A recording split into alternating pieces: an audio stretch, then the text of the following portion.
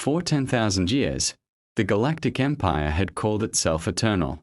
Worlds bowed to its sigils, fleets patrolled its borders, and entire species rose and fell beneath its decrees. Its halls of power were carved from moons, its fleets painted the color of authority. Across the spiral arms, no voice dared contradict the command of the Senate of Stars. The Empire had forgotten what resistance even sounded like. Its admirals spoke with the arrogance of inevitability, its scholars with the tone of gods describing insects. Their records were filled with victories so old they no longer remembered the reasons behind them. They believed peace was their invention, and subjugation was civilization itself. Among them, humanity was a trivial footnote, a minor trading species tolerated at the edge of relevance. Primitive, emotional, inefficient. They were allowed to exist because they amused the Empire's merchants and filled its lower industries. The humans spread fast, far too fast for comfort, but the Senate had always assumed that speed without power meant nothing. So when a human colony appeared beyond the approved sectors, without imperial permit, without tribute, without fear, the decision came easily. The admiral responsible for enforcement saw it as a test of obedience. No debate, no hearing. A mere colony was nothing to the engines of order. He ordered an example made. For the sake of efficiency. In the official records, it was described as a regulatory sterilization operation. No emotion, no name, just coordinates, orders, and a timestamp. Eidolon Reach had been a world of quiet industry. 2 suns rising across silver oceans. Cities grown along mountain ridges that caught the dawn light like crystal. It was not a fortress, not a military asset, just home. A place of gardens, laboratories, and families who believed that humanity's wars were behind them. They grew crops in orbiting rings, sculpted art into the rock, and sent music into the void, the kind of music that spoke of wonder, not conquest. Children learned to walk under the warm dual shadows of suns they thought would never burn them. The people there believed in the Empire's tolerance, in diplomacy, in the promise that peace once achieved could never be lost. They believed words mattered. The Empire disagreed. The attack began without warning. No declaration, no signal. The sky simply darkened one morning, and the satellites screamed as orbital fire rained down. There were no soldiers, no demands, just a cleansing light descending from above. The Empire's destroyers drifted in formation, releasing precision plasma bursts that erased cities without even disrupting the weather patterns. On the surface, sensors recorded everything until the heat burned through the transmitters. The Empire watched from orbit, measuring success by the absence of life. The Admiral noted the time taken and approved the results. It was a silent extermination. No heroic stand, no last transmissions of defiance. Only the brief static of 1,000 voices fading into nothing. When it was done, the destroyers turned away. The world was quiet again. To the Empire, it was just another efficient action.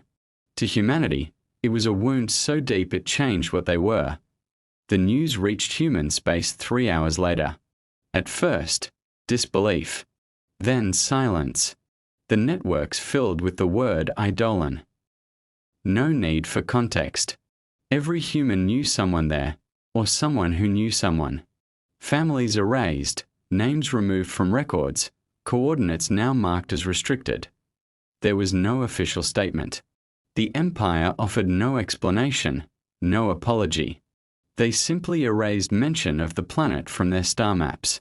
The human colonies waited, expecting some diplomatic outrage, some official protest. But nothing came. The Galactic Senate did not even schedule a hearing. Something shifted then, not loudly, not visibly, but deep in the collective pulse of the human race. The kind of silence that comes before a storm. The Empire's intelligence analysts noted an unusual decrease in human transmissions. Mining convoys stopped reporting. Civilian trade routes went dark. But they dismissed it. After all, what could the humans possibly do? A week later, the Galactic Council convened. It was supposed to be routine. Trade disputes, border adjustments, ceremonial declarations. But that day, the chamber was full. Word had spread of human dissatisfaction, and the council wanted to ensure control. Delegates from 1,000 species gathered under the vault of crystalline light, floating in orbit above the imperial core. Conversations filled the hall, arrogance wrapped in laughter. "They'll file a protest," one delegate said. "They always do," said another. A third added. "They'll threaten trade embargoes. And then they'll sign a new contract. That's all humans are, merchants with teeth too small to bite." The chamber doors opened. Every conversation stopped. A single human entered. No guards, no entourage. Just one woman walking slowly through the silence. Her clothing was not military, not ceremonial. A simple dark suit, unadorned. Her hair tied back, her face calm. The air seemed to change around her. The Empire's guard shifted uneasily, but no one spoke. The sensors in the chamber noted an anomalous drop in temperature. The woman carried a data pad, a small one. No weapon, no insignia. She walked to the center of the hall, stood beneath the imperial crest, and looked up at the gathered delegates. Her eyes were dark, unblinking. When she spoke, her voice did not rise. It did not need to. "You attacked our home." The words were simple. In any other context, they would have meant nothing. But in that hall, under those lights, they carried the weight of extinction. No one moved. No one breathed. She waited, watching the confusion ripple across the chamber. The Emperor's aide began to speak, but her gaze silenced him. Her voice came again, calm as gravity. "You bombed a civilian colony without cause, without warning, without regret. You erased a generation. You took what was ours, and you thought we would bow." The delegates shifted uncomfortably. Cameras recorded everything. The feed streamed across 1,000 systems. The translators struggled to convey the tone behind her words. Not anger, not grief, but something older, colder. "For centuries, we gave you respect. We built beside you. We obeyed your laws. We believed peace could be earned. We were wrong." Someone finally found the courage to respond. A scaled delegate from the eastern sectors, sneering with disbelief. "You speak as though humanity holds power. Do you intend to lecture the Empire?" The woman's expression did not change. "No," she said. "I'm informing you." Silence became humanity's answer. No declarations. No broadcasts. No retaliation that could be seen. Only the absence of sound across frequencies once filled with chatter, trade, and light. The Empire sensors recorded less and less human activity every passing day, until the silence itself began to feel hostile. Entire sectors that had once glowed with human colonies dimmed to black. The Empire called it retreat. The truth was far more deliberate. Humanity was building something in the dark. The admirals sent reconnaissance fleets into the border zones. None returned. Some vanished mid-transmission, their final words fragmented into static. Others appeared to drift off course, disappearing beyond map space. The Empire blamed equipment failure, navigational anomalies, or sabotage. Anything but fear. Because the idea that humans might be capable of such precision, such invisibility, was unacceptable, the Emperor ordered calm. He told his council the humans were unpredictable but small. A contained incident. They would demand reparations, perhaps attack a few outposts, then fade back into irrelevance. Empires did not tremble over one burned colony. Not yet, but in the quiet halls of the intelligence bureaus, unease spread. Analysts reported something strange. Old human frequencies reactivating, not on open channels but encoded pulses buried deep within the radiation background. No message, no identifiable pattern. Just rhythmic bursts echoing through subspace. A heartbeat. One that grew stronger every day. They did not know what it meant. But humanity did. It was a signal sent between their hidden worlds. Not words, but synchronization. The heartbeat of a race that had remembered how to move together. The Empire could not see what was happening inside human space. Entire industrial networks went dark. Civilian docks emptied overnight. Research outposts decommissioned themselves, leaving behind only coordinates and encrypted locks. On the outer colonies, workers dismantled their own cities, loading infrastructure into vast carriers that vanished into the void. The population did not panic. They obeyed, with quiet, coordinated resolve. No one questioned orders because the grief of Eidolon Reach had unified them in a way no leader ever could. They remembered the woman who had stood in the Senate. Her words became scripture. "You attacked our home." It was not just vengeance. It was identity. A reminder that humanity's strength had never been its size, or technology, or history, but its memory. They did not forget. They never had .in the core of human space. Beneath the ruined surface of old Mars, a hidden council gathered.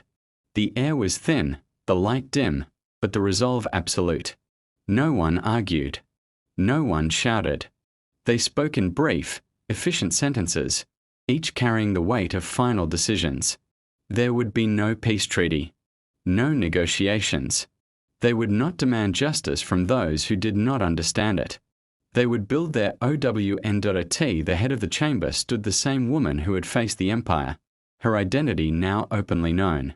Ambassador Lyra Danik, once the youngest diplomat ever appointed to the Interstellar Concord. A woman who had brokered peace between warring civilizations. She had been presumed dead years before. She was not dead. She had simply gone silent, waiting. Her reputation had been myth long before the Empire's attack. She had been the one who ended the pirate wars without firing a shot, the one who convinced AI fleets to stand down with a single conversation, the one who stared down an alien warlord and walked away unharmed. The aliens had given her a name in their whispers, Baba Yaga, the ghost of reason. The witch who came only when death followed, now she no longer spoke for peace. Her voice carried no mercy. She looked across the council, eyes dark and steady. "You know what they did," she said. "You know what we must do." There was no debate. Humanity had learned that explanations meant nothing to those who did not listen. What the Empire had never understood was that humanity had always been preparing. Every colony, every frontier world, every mining outpost carried fragments of ancient defense protocols, relics from Earth's forgotten wars. They had never used them. They had hoped they never would.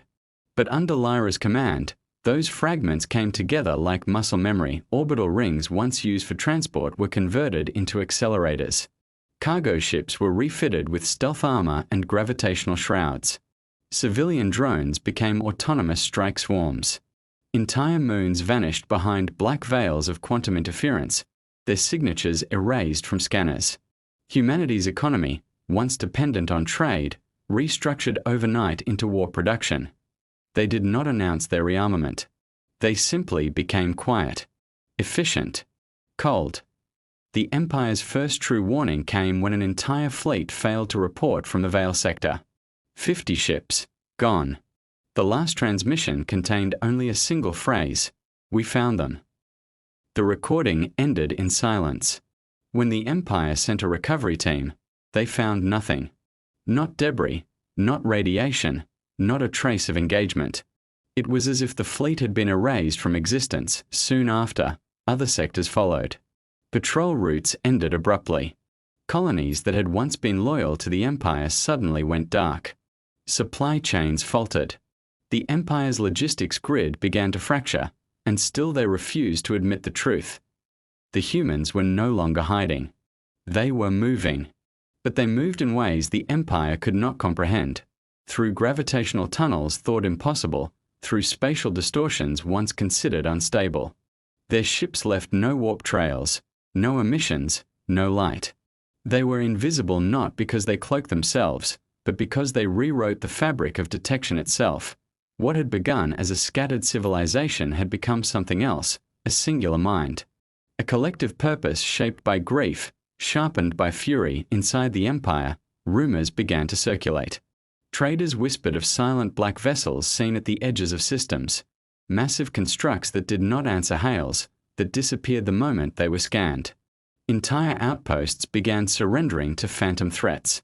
Commanders reported hallucinations of static-filled transmissions whispering the same words, "We remember." Fear became the Empire's new currency. The Senate demanded retaliation. The admirals obeyed, sending larger fleets deeper into human territory. They found nothing. Only empty systems, cold debris, and messages carved into drifting metal. This is not your space.